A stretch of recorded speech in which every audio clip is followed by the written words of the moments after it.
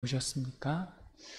오늘 신비한 가정윤리가 있습니다라는 제목으로 하나님 말씀을 나눕니다. 하나님께서 직접 만드신 두 가지 제도가 있습니다. 그것은 첫째, 가정이고요. 두 번째는 교회입니다. 다시 말하면 교회 안에 수많은 제도가 있는데 그건 인간이 다 만든 제도이고요. 우리 주님께서, 우리 하나님께서 만든 두 가지 제도는 가정과 교회인 것입니다. 이 두 가지가 얼마나 중요하냐면 이 두 가지가 흔들리면 우리의 신앙 자체가, 우리 신앙 전체가 다 흔들리게 되는 것입니다. 그러니 얼마나 중요한 제도입니까? 근데 이 두 가지는 그냥 단순히 종족 번식을 위해서, 신앙생활을 위해서 주신 게 아니라는 것입니다. 이 가정과 교회는 항상 뭐하고 연결되어 있냐면 그리스도와 연결되어 있습니다. 예를 들면 세상에 불교나 유교나 이런 데에서는 분명히 우리와 똑같이 이야기해요. 부부는 화목해야 된다. 부부가 서로 사랑해야 된다. 복종해야 된다. 그런데요, 이것은 윤리적인 이야기를 하는 것이고요. 우리 기독교는 전혀 다른 방식으로 이 가정의 문제를 풀어간다는 것입니다. 그리스도와 가정의 관계가 어떻게 관련이 되어 있는지 우리가 좀 깊이 바라보셔야 합니다.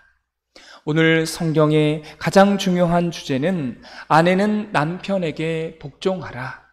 아내는 뭐예요? 남편은 아내를 사랑하라. 아내는 남편에게 복종하고,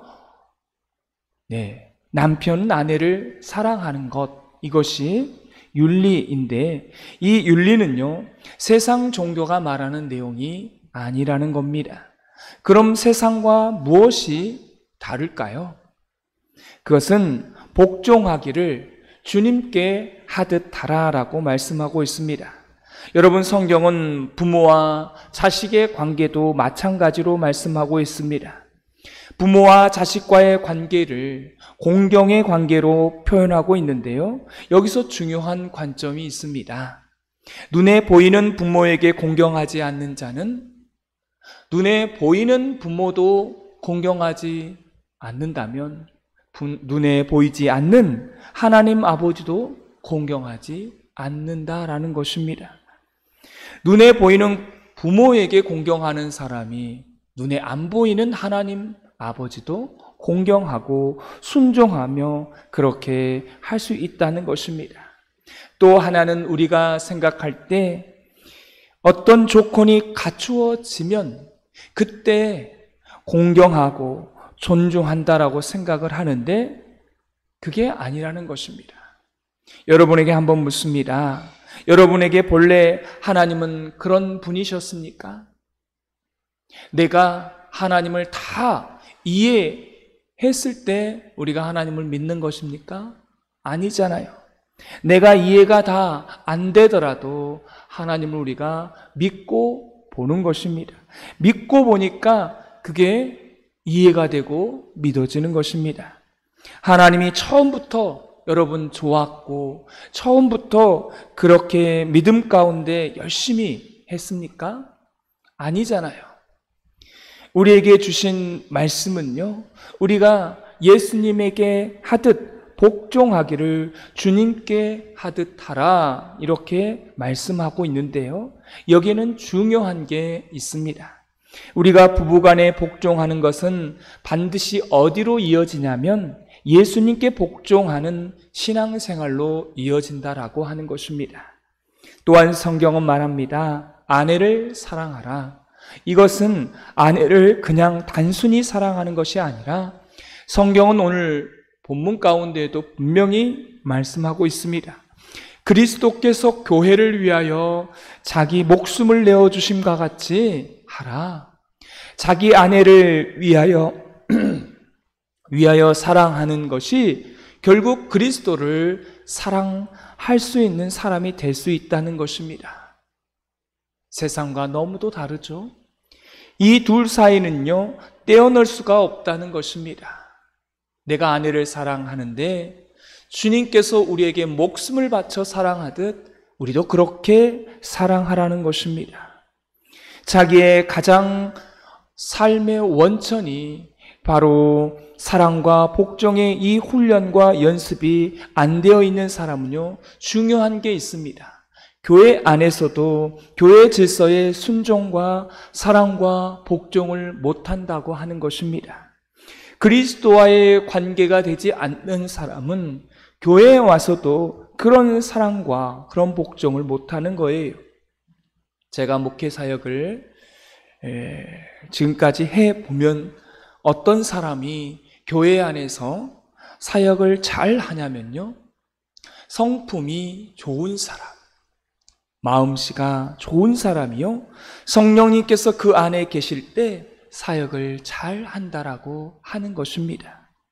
그럼 여기서 성품이라는 건 뭐냐면 가정 안에서 기본적인 것이 잘 되는 사람입니다. 참 놀랍죠?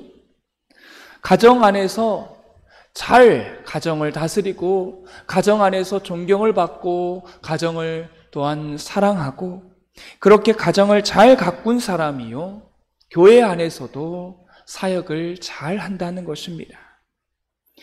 가정 안에서 세상에서 이런 기본적인 것들이 안 된다라면 교회 안에서도요, 못하는 것입니다. 이것은 단순한 부부관계의 복종과 사랑으로 끝나는 것이 아니라 반드시 이것은 그리스도와 교회를 향한 복종으로 이어진다라고 하는 것입니다. 그래서 신앙이 좋은 사람, 건강한 사람을 보면 그 가정이요, 어때요? 좋아요. 그 가정이 좋은 가정이요, 교회 안에서도 신앙생활을 잘 한다는 것입니다. 이거는 단 한 번도 예가 없습니다. 여러분, 이 사실을 잊지 마시기 바랍니다. 제가 설교 시간에 가정 이야기를 하잖아요. 제 어렸을 때 이야기를 하고 제 어머니의 이야기를 하고, 왜 제가 이런 가정 이야기를 할까요? 제가 아내의 이야기를 하게 되면 아내가 그러더라고요. 여보, 설교 시간은 제발 제 이야기 좀 하지 말아주세요 라고 이야기를 합니다. 여러분, 왜 제가 제 아내 이야기를 하는 것입니까? 저는 말씀을 전하는 설교자입니다. 제가 어디에서 적용을 해야 하겠습니까? 할 곳이 어디예요? 가정이거든요. 가정에 돌아가서 제가 가정 가운데 이 말씀을 적용하는 것입니다. 그렇기 때문에 제 아내의 이야기를 할 수밖에 없고 제 자녀를 이야기할 수밖에 없는 것입니다. 사랑하는 성도 여러분, 마찬가지입니다. 목사도 이 말씀을 선포할 때 제일 먼저 고민이 되는 게 뭔 줄 아십니까? 이 말씀을 저의 가정에서 어떻게 적용할까? 이게 사실 뿌리인 것이기 때문에 그렇습니다. 이것이 되지 않으면요, 목사는 위선자가 될 수밖에 없습니다. 그래서 교회가 건강해지려면 목사가 건강해져야 되고, 장로님이 건강해져야 되고, 권사님이 건강해져야 됩니다. 그리고 권사님, 장로님, 목회자가 그 가정이 건강하려면 그의 가정이 바로 건강해지면 교회도 건강해지고, 교회가 건강해지면 그 가정도 건강해진다고 하는 것입니다. 그래서 오늘 성경 26절은 이렇게 말합니다. 다 같이 26절을 읽도록 하겠습니다. 이는 곧 물로 씻어 말씀으로 깨끗하게 하사 거룩하게 하시고. 여러분, 가정의 문제를 이야기하는데 갑자기 물로 씻어 말씀으로 깨끗하게 하사라고 하는 말씀을 하고 있습니다. 이게 새번역 성경이나 원문을 보면 이렇게 나와 있습니다. 매일매일 남편과 아내가 말씀 앞에 서서 자기 자신을 씻으면, 자기의 죄를 씻으면 자기 가정이 온전해진다라고 되어 있습니다. 이 새벽 예배가 바로 그런 것입니다. 여러분, 저와 여러분이 새벽 예배를 잘 드리고 말씀 앞에 서면 반드시 좋아져야 되는 게 있습니다. 어디가 좋아져야 될까요? 가정이 좋아져야 되고 여러분의 부부 관계가 좋아질 수밖에 없다라는 것입니다. 왜 그렇습니까? 매일매일 날마다 이 새벽에 나와서 말씀 앞에 우리 자신을 씻기 때문에 그래요. 말씀을 보면 내 자신이 보이고 내 죄가 보이는 거거든요. 그러면 회개하고, 회개는 뭐예요? 다시 돌아가지 않는 거거든요. 그렇게 말씀을 적용하면 우리의 가정과 우리의 부부 관계가 좋아질 수밖에 없는 것입니다. 여러분, 말씀을 자기 자신에게 적용을 하지 않는다면 그것은 아무런 변화가 없는 것입니다. 여러분, 말씀을 적용하지 않는다는 말이 뭐겠습니까? 이 시간 우리가 예배를 드리고 말씀을 듣지만 그 말씀을 내 마음판에 새기지 않는 것이고 이 말씀을 내 삶 가운데, 가정 가운데 적용하지 않는 것이죠. 그래서 여러분, 이 말씀으로 우리 자신을 날마다 씻는 것 아니겠습니까? 그래서 우리는 항상 부부관계를 생각할 때에 어떻게 생각해야 돼요? 주님과의 관계를 생각해야 되고 이 부부관계가 좋아지고 성숙해질수록 어떻게 되겠습니까? 그리스도의 관계도 좋아지고 그렇게 성숙해진다는 것을 여러분 꿈꾸셔야 합니다. 또한 오늘 말씀에 보면 부모를 떠나라 라고 31절에 나와 있습니다. 이것은 부모와 떨어져 살아라, 부모를 공경하지 말라 이런 의미가 아닙니다. 너의 일생에 가장 첫 번째 의논할 사항은 아내와 남편이라는 것입니다. 여러분, 왜 주님께서 우리에게 이런 말씀을 하셨을까요? 이게 결론입니다. 그리스도와 성도, 그리스도와 교회의 관계가 부부 관계로 성경은 항상 그렇게 말씀하고 있습니다. 그래서 제가 설교 시간에 많이 말씀을 드리잖아요. 예수님은 우리의 신랑이 되시고 우리는 뭡니까? 신부가 된다고 말씀을 드립니다. 여러분, 요한계시록이나 오늘 성경도 마찬가지입니다. 우리 32절 말씀을 읽겠습니다. 이 비밀이 크도다. 나는 그리스도와 교회에 대하여 말하노라. 부부관계를 말하면서 예수님과 교회 관계를 말하고 있습니다. 여러분, 이 말의 의미는 이렇습니다. 부부로 살다 보면 어때요? 안 맞을 때도 있고 싸울 때도 있습니다. 각방 쓸 때도 있어요. 이렇게 부족한 부분들이 사실 많아요. 부부로 산다는 게 쉽지 않잖아요. 서로 부족하니까 서로 싸웁니다. 그럼에도 불구하고 하나님은 왜 이 부부 제도를 직접 하나님이 만드셨을까요? 아담을 지으시고 독처하는 것이 좋지 않아서 하나님이 하와를 만드시잖아요. 여러분, 왜 하와를 그렇게 만드셨습니까? 단순히 독처하는 것, 단순히 종족 번식을 위해서 만드셨을까요? 여기에는 의미가 있다는 것입니다. 만약 우리가 종족 번식에 거기에만 머무른다면 우리는 동물과 짐승과 다를 바가 없는 것입니다. 우리에게 부부 제도를 만드시는 것은 우리가 언젠가 진짜 신랑 되신 예수님을 만나는 것을 이 땅 가운데 연습하라는 것입니다. 부부 관계를 주신 그 이유가 바로 천국에 가서 신랑 되신 예수님을 만나기 위한 연습이었던 것입니다. 여러분, 아파트 장만해서 부를 쌓아놓고 이 땅에서 천년만년 살기 위해서 그렇게 우리를 부부관계로 만드셨을까요? 아니라는 것입니다. 여러분, 우리는 신랑 대신 예수님을 만나기 위해서 부부관계로 살아가는 것입니다. 여러분, 이런 신앙 고백이 있는 사람은 항상 부부 관계를 볼 때에 이건 연습이다. 그리고 부족한 게 있다. 그리고 언젠가 만날 그리스도를 생각하면서 주 안에서 연습함을 잘 하자. 피차 복종하고 순종해야지 라고 산다는 것입니다. 오늘 본문은요, 이게 2000년 전에 에베소라고 하는 도시의 안에 사는 교인들을 위해서 쓰여진 편지입니다. 이거는 엄청난 그 당시의 충격이었어요. 왜냐하면 이 당시의 여자는요, 노예였습니다. 사람 취급을 받지 못했어요. 숫자에도 들어가지 않았습니다. 여자는 인간 취급을 받지 않았다는 거예요. 근데 이런 여자들을 향하여 성경은 말합니다.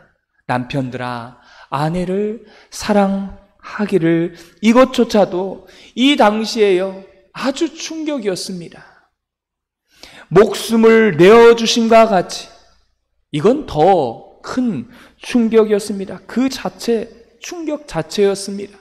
자기 목숨을 내어주는 것처럼 사랑하라는 것입니다. 왜냐하면, 왜 이렇게 말씀을 했어요? 그리스도와의 관계를 말하기 때문에 그런 것입니다. 사랑하는 성도 여러분, 저희 가정도 여러분이 바라보면 좋아 보이지만 여러 가지 갈등이 있을 때도 있고 어려움이 있을 때도 있습니다. 서로 달라서 불편한 부분도 있습니다. 그럼에도 불구하고 언젠가 다시 만날 신랑 되신 예수님을 생각하면서 우리가 함께 만들어져 가고 점점 닮아져 가고 양보하고 이해하는 것입니다. 완벽한 것을 말하는 게 아닙니다. 그러다가 어느 날 신랑 되신 예수님을 정말로 만나는 날이 오게 되는 줄 믿습니다. 여러분, 연습을 잘 합시다. 할렐루야. 연습을 잘 하시고, 완벽하지는 않지만 서로 다르니까 좀 갈등이 있을 수도 있지만 피차 복종하고 피차 사랑하고, 그래서 이것이 우리의 몸에 완전히 배어서 이 피차의 사랑, 이 피차의 복종이 예수님에게까지 이어지게 된다고 하는 것을 여러분 늘 기억하시고 그렇게 살아가시기를 바랍니다. 복종이 몸에 밴 사람은요, 나중에 그 안에 성령님이 들어가셨을 때 예수님도 복종하게 되는 것입니다. 사랑이 몸에 밴 사람은 그 사랑이 성령님이 들어갔을 때에 교회를 사랑하게 되고 또 예수님을 사랑하게 되는 성도가 되는 것입니다. 이런 원리가 저와 여러분의 가정 가운데 드러나게 되기를 소망합니다. 이 한국 땅은요, 맘만 먹으면요, 성적으로 얼마든지 타락할 수 있습니다. 그런 나라예요, 우리나라가. 그래서 자기 부부 안에 믿음 가운데 친밀함으로 성적으로 또 이런 것들을 잘 지켜내셔야 합니다. 가정이 온전해지고 교회가 온전하게 되고, 그리고 언젠가 우리가 다시 만날 신랑 되신 예수님과의 관계가 그렇게 되면 온전하게 될 줄 믿습니다. 이런 것이 건강한 교회이고 이런 교회가 되기를 주님의 이름으로 축원합니다. 성경에 보면 이런 내용이 나와 있어요. 사도 바울은 결혼을 했습니까? 안 했습니까? 결혼하지 않았어요. 근데 이게요, 낯뜨거운 이야기를 하고 있습니다. 성경에 이런 말씀이 있습니다. 아내는 자기 몸을 자기가 주관하지 말지며 남편은 자기 몸을 자기가 주관하지 말지니라. 이게 너무 어렵죠? 새번역 성경은 이렇게 나와 있습니다. 남편이 아내에게 성적인 요구를 할 때는 절대 거절하지 말지며, 여자가 남편에게 성적인 요구를 할 때는 남편이 거절하지 말지니라. 목사님, 낯뜨겁게 왜 새벽 예배에 이런 이야기를 하십니까? 그게요, 가정의 기본이 되기 때문에 그래요. 이런 게 해결이 안 되면 그 모든 욕구를 어디 가서 풀까요? 밖에 가서 푸는 겁니다. 이런 문제 때문에 가정이 깨어지고 신앙생활도 안 되고 이런 것들이 벌어지게 되는 것입니다. 성경에요, 이런 원리들이 지금 나와 있습니다. 이것이 잘 지켜져서 신랑 되신 예수님을 우리가 만나서 주님 연습 잘 하고 왔습니다. 이제 주님을 만날 때 어색하지 않습니다. 이렇게 고백하고 만나는 그런 날이 오게 될 줄 믿습니다. 기도하겠습니다. 하나님 아버지, 우리의 가정은 너무나 신비합니다. 하나님께서 우리에게 윤리를 주셨는데 항상 가정을 이야기할 때는 우리 주님과 그리스도와 우리의 신앙과 연결시켰습니다. 하나님, 우리가 남편을 허락하시고 아내를 허락하신 것은 이 땅 가운데에 신랑 되신 예수님을 만나기 위해서, 신랑 되신 예수님을 우리가 만나는 그 과정 가운데 연습하라고 부부 관계로 만나게 해주시고 살게 해주셨음을 고백합니다. 하나님, 그리스도를 사랑하듯 아내를 사랑하고 또한 그리스도에게 복종하듯 남편에게 복종하는 이러한 신앙적인 윤리를 가지고 또한 가정을 세워가게 하여 주옵소서. 가정이 또한 건강하게 세워져 갈 때 교회 안에서도 사역이 잘 이루어지는 줄 믿습니다.